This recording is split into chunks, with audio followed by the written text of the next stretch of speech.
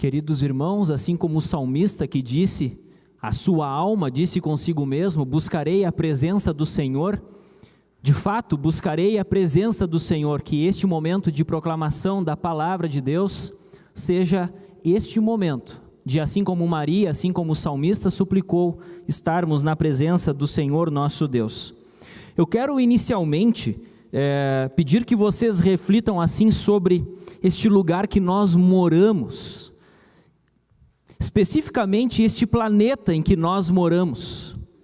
Tem gente pesquisando aí à torta e à direita sobre, será que tem algum outro lugar parecido com a Terra? Daria para morar lá? Não daria? Tá, mas como é que seria? As condições são as mesmas. Seria melhor cuidar deste lugar aqui. Isso não é uma pauta política, é a criação de Deus. Deus criou este lugar aqui para vivermos, para morarmos, para cuidarmos e aqui anunciarmos a sua palavra. Eu gostaria que vocês pensassem algumas coisas comigo sobre este lugar que Deus criou. Esse lugar, aqui onde nós vivemos e podemos estar sentados, respirando, convivendo, tendo famílias, empregos, vidas para viver, este lugar está a 149 milhões e 600 mil quilômetros do Sol.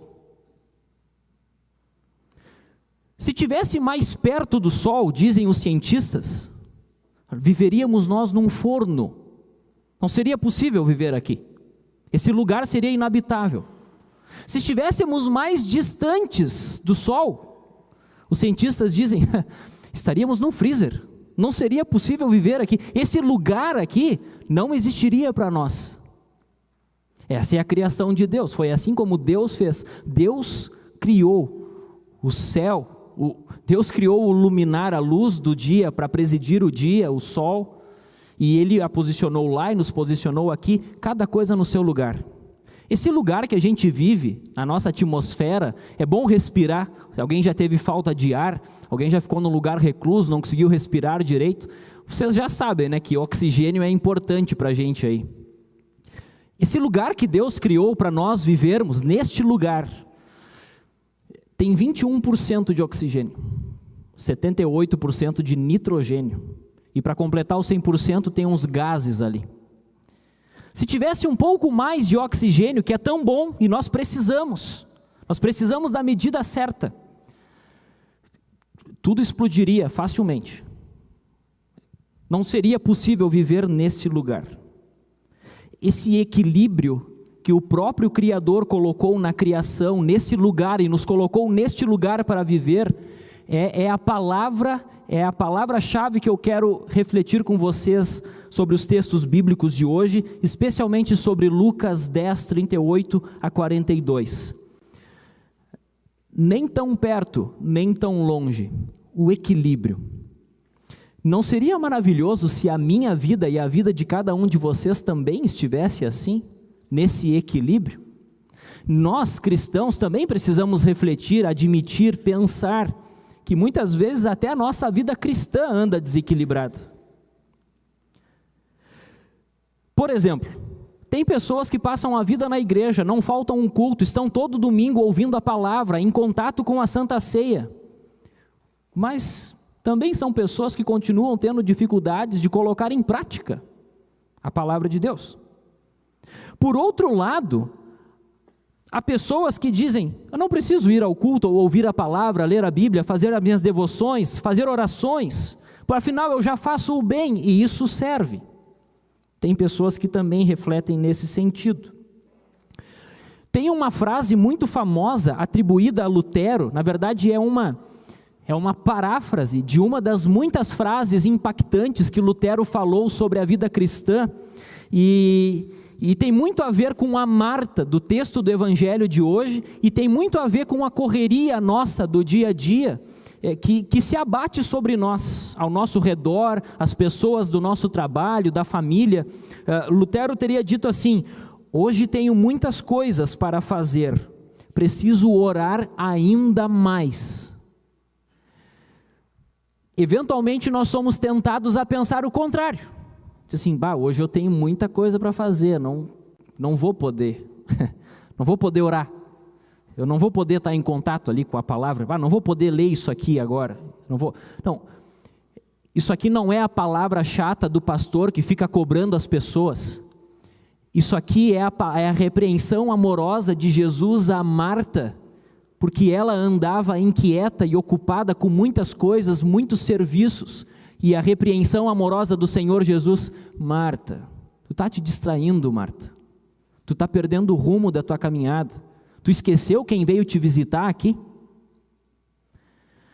O capítulo 10 do Evangelho de Lucas, nós estamos aí perto do finalzinho ali do capítulo 10 de Lucas, tem duas histórias que nos ajudam assim a pensar sobre a nossa vida de fé, a nossa vida cristã, e especialmente como isso deve ser equilibrado, e devemos nos preocupar e buscar esse equilíbrio.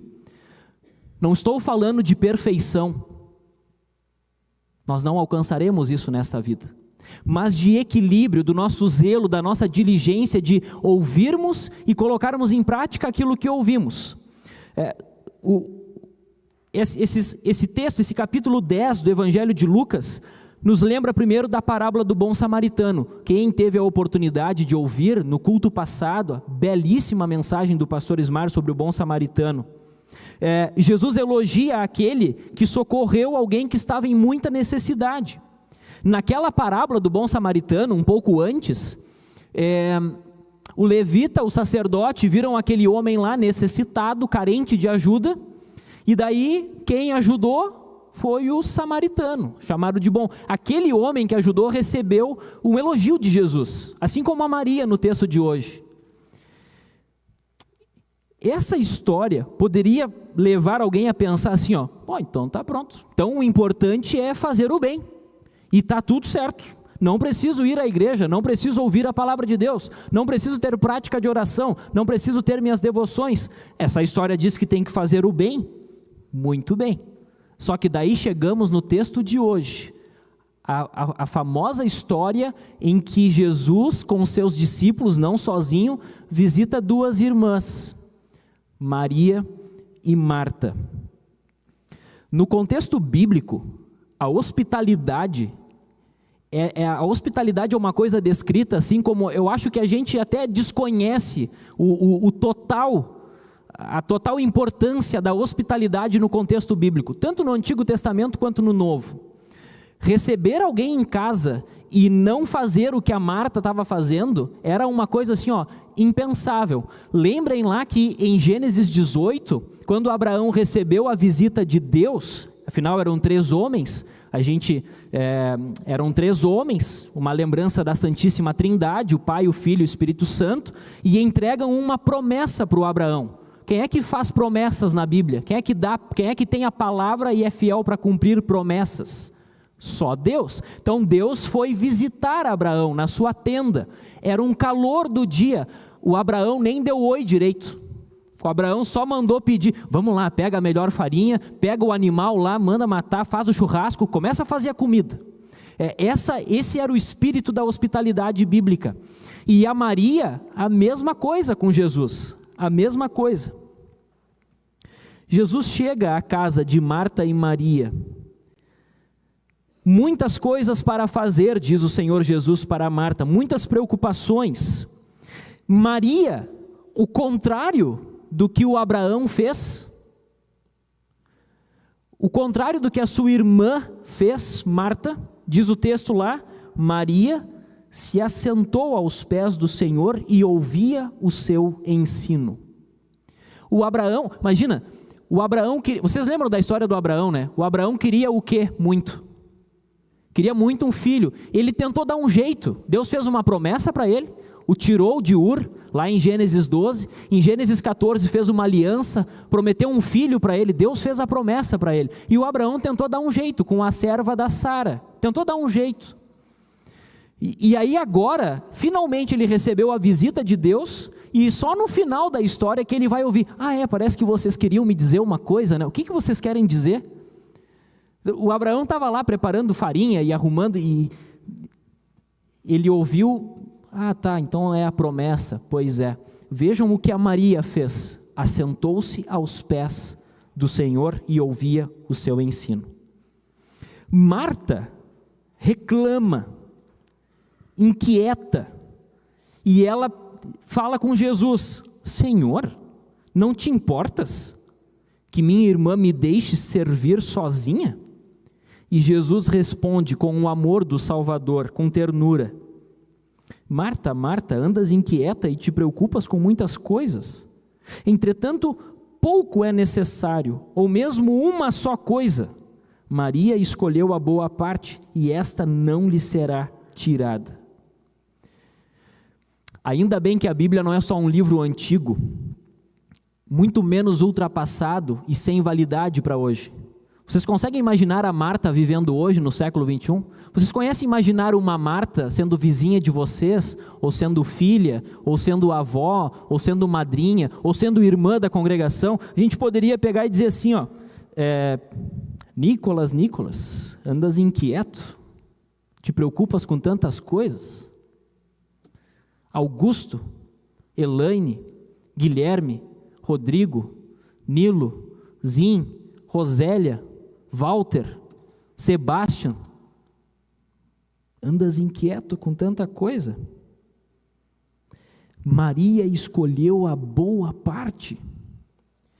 Um grande erro, queridos irmãos e irmãs, que nós cometemos ao olhar a história de Maria e Marta, é procurar desprezar e xingar o trabalho da Marta e elogiar e enaltecer Maria, talvez por ser melhor que sua irmã. Eu quero só relembrar uma coisa importante. Lembram de João 11, a história da morte de Lázaro, o irmão da Maria e da Marta? Quando o Lázaro morre, a Marta, que estava atarefada, preocupada, não estava dando bola para o que Jesus estava falando, a Marta diz assim: Senhor, eu sei, eu tenho fé que Tu és o Cristo, que Tu és o Filho de Deus e que poderás ressuscitar o meu irmão no último dia. A Marta, que aqui está tão inquieta, tão preocupada, cheia de coisa na cabeça, não estava ouvindo o que Jesus estava falando, a Marta fez uma grande confissão de fé. E a Maria, que nesse texto aqui é elogiada, a Maria, quando ela ficou sabendo, ela ouviu que Jesus estava entrando em Betânia, chegando na aldeia, na vila lá, a Maria chegou, elogiada aqui, né? E cobrou Jesus, xingou Jesus. Pô, Senhor, lembra lá em João 11:32, se o Senhor estivesse aqui, o meu irmão não teria morrido. Se nós olharmos para Marta e Maria, nós vamos ver os dons e as virtudes que Deus nos concede para viver a nossa vida cristã, como pai, como mãe, como filhos e filhas, como avós, como irmãos na fé, mas também vamos encontrar as nossas fraquezas. Por isso a gente tira os olhos da Marta e da Maria e coloca os olhos em Jesus. Em João 11:5, olha o que João escreveu sobre Jesus e essa família, Maria, Marta e Lázaro. Ora, Jesus amava Marta e a irmã dela, Maria, e também Lázaro. Queridos irmãos, às vezes a gente está naquela loucura pensando na vida da gente, tocando as coisas como a Marta.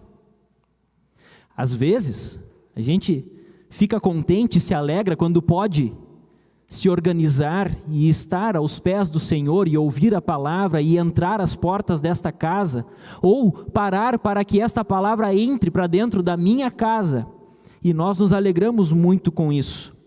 O Senhor Jesus não repreende Marta por repreender. O Senhor Jesus amorosamente chama a atenção da Marta. Marta, cuidado, olha o equilíbrio. O Senhor Jesus chama a atenção da Marta de qual é o lugar mais importante para se estar. Jesus achou que o lugar mais importante que ele devia estar era na casa de Marta e Maria. Jesus vai ao encontro de Marta e Maria, mas a Marta está achando que o lugar dela era na cozinha. Jesus não critica o servir dedicado e consagrado de Marta, mas chama a sua atenção para aquilo que é essencial na vida cristã: a presença do Senhor e a escuta da sua palavra. Não há lugar mais elevado, mais sublime, mais especial do que humilhar-se e assentar-se aos pés do Senhor e ouvir o seu ensino. É o contrário do que o mundo hoje pensa e celebra. O salmista no versículo 4, o Davi diz assim, o Salmo de Davi, né? Não tinha templo ainda no tempo do Davi, não tinha templo. Então, Davi não estava falando apenas de um local físico. Quem construiu o templo foi Salomão, anos depois. Mas o Davi estava falando assim: olha, eu quero estar na presença do Senhor e ter todos os meus dias na presença dEle, e não ficar maravilhado, preocupado com as coisas desse mundo. As coisas deste mundo passam, são efêmeras, ladrões roubam, pessoas cobiçam e invejam. O melhor lugar é estar nos pés do Senhor Jesus. Queridos irmãos, e a boa nova do Evangelho está aqui. O Senhor Jesus entrou na casa de Maria, Marta e Lázaro e também entra e quer entrar na vida, na casa de cada um de nós. E Jesus sabe que ao entrar no coração de cada um de vocês, na casa de cada um de vocês, Ele não vai encontrar as coisas em perfeito equilíbrio. Jesus não é o tipo de visita que entra na casa da gente e a gente diz assim, vai entrando, senta aqui, só não repara na bagunça. Não, Senhor, aqui está a minha casa, aqui está a minha bagunça, eu estou entregando a minha bagunça para Ti. Esse é o Salvador que entrou na casa de Maria e Marta. Este é o Salvador que entra na casa da vida de todos nós. É para Ele que abrimos as portas da nossa consciência pesada e culpada, muitas vezes, do coração, que sempre apresentamos a Ele as nossas preocupações, ansiedades, as nossas falhas em ouvir e agir a Sua palavra. O Senhor Jesus não apenas nos visita como um visitante nobre, mas como um Salvador que assume o nosso lugar.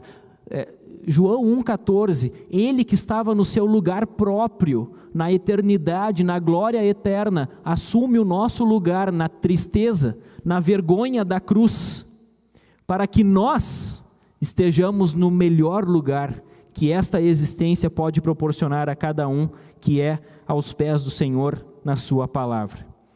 Queridos irmãos, o nosso Senhor Jesus continua vindo, nos visitando, desde o dia do nosso batismo, na palavra, na ceia. Ele continua estendendo o seu chamado para todos nós. Venham até mim, vocês que estão cansados de carregar suas pesadas cargas. Eu vos darei descanso, eu vos trarei alívio. E Ele nos convida a estarmos junto com Maria, a estarmos junto com Marta, descansando o nosso coração na sua paz, na sua graça e no seu perdão.